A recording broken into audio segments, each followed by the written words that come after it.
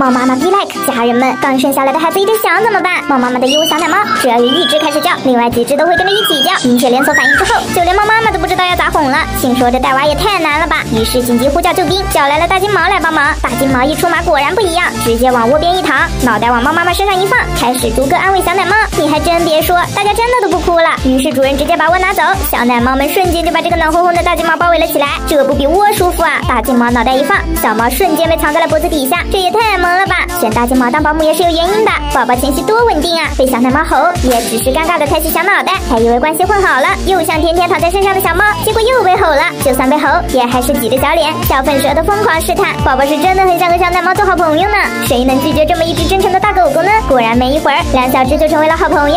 小猫咪也不凶大金毛了，反而还往它身上凑，而大金毛呢，也如愿以偿把小猫咪全身舔了个遍。就算是猫妈妈带着宝宝们占据了狗狗的窝，狗狗也不生气，就在边边上找个小小的位置坐下，半个屁股都还在外面，身子也在尽量不压到小猫咪们，躺到猫猫们身上就开始疯狂舔舔，到处闻闻。原来就算是狗狗也喜欢吸小奶猫啊，味道一定很上头吧？舔累了就耷拉着脑袋在窝边休息，反正绝对不会压到小奶猫。小奶猫们也就把大金毛当个游乐场，在它身上玩，困了就打个哈欠，好在大狗狗怀里睡觉，隔着屏幕都觉得好幸福。